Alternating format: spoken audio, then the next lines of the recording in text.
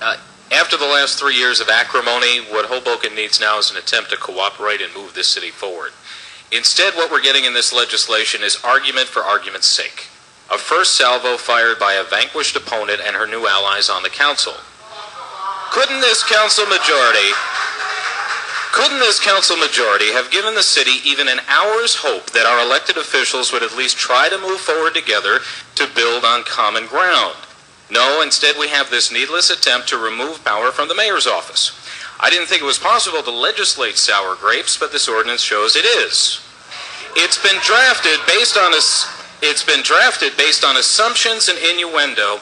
I see your internet clowns are here, Councilwoman Zimmer. It's been drafted based on assumptions and innuendo that have no basis in fact.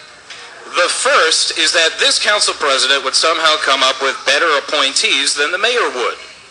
Recent events show that this is clearly not the case. I see no reason to remove appointment authority from the mayor.